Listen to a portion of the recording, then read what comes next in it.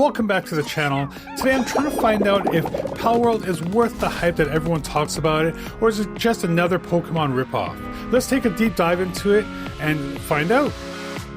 This is Old Man Gamer and Coley, and if this is your first time here, we take a dive into everything gaming, and today we're taking a look at Palworld. Let's get into it. Now the game starts you off in the ruins of this map. With not much information, no guidance, and nothing else to help you, just you running around exploring the world. There are some NPCs out there, as you see right here, but they don't really say much, they don't really do much, and there isn't much story behind it. So this is kind of a negative with this game, is that there is no real storyline, but I believe that was done intentionally for you to explore and make your own adventure. Now at this point, I believe you're expected to create your own base. Now I'm about 5 to 7 hours in on this, so let's fast forward this to where I am now. As you can see here, I was able to build a small base with small stuff, change my clothes a bit, get some tools. Let's take a look around the base so you can have an idea of what's happening here. There's no doubt that this game is highly inspired by Pokemon. There's a lot of things here, like these creatures I have here, they're all captured with these, what they call, I guess, Pal balls, which are like Pokeballs. And now I have them all working for me. This is here my little house I have so far. It's just a bed. It has the same day and night cycle as Minecraft would have. So when it gets dark, it gets very dark. So you sleep until the morning and then you run your day the same way. Now taking a look at these pals again, I almost call them Pokemon. They're absolutely cute and absolutely adorable. I wish they had plush toys for these things. They all are like this. And the ones you're seeing right now are growing things, crafting, cutting down trees, breaking stone, doing all the things around my base to keep it organized.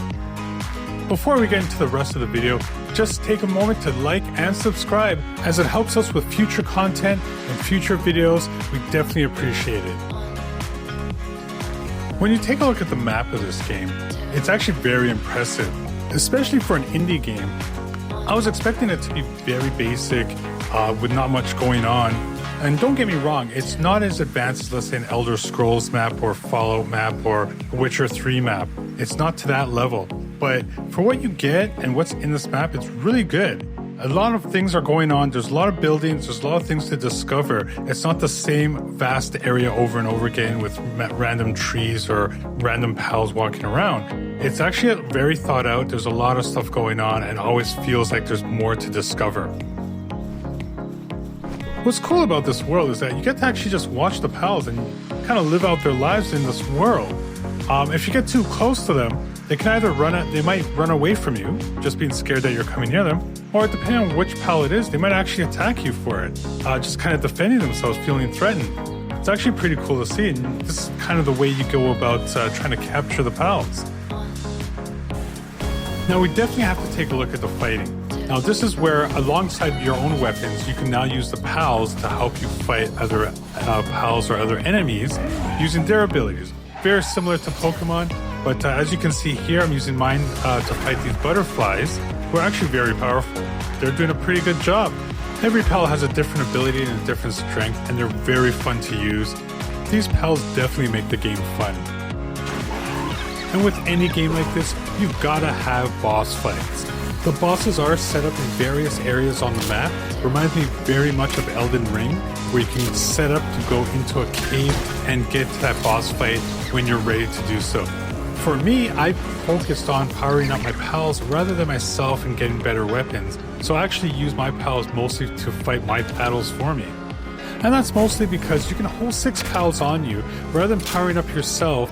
You literally have 6 soldiers with you that can fight your battles for you so that you don't get hurt and you don't die.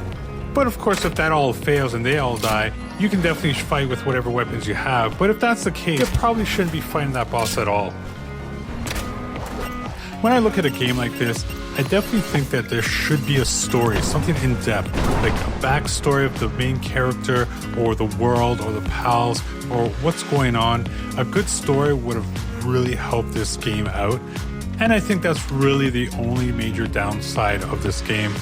But when you look at the game mechanics, the graphics, the gameplay, the sounds, everything to do with this world, I think the game studio Pocket Pair got everything right.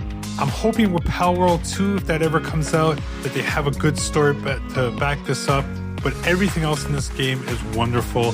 Because of that, if I had to give a rating on this game, I would definitely give it an 8 out of 10. It's definitely enjoyable. I can't wait to get 10, 20, 30 more hours into this and see where it goes. Have you already played this game? Let me know what you think of it in the comments. Thanks for watching, and we'll see you on the next one.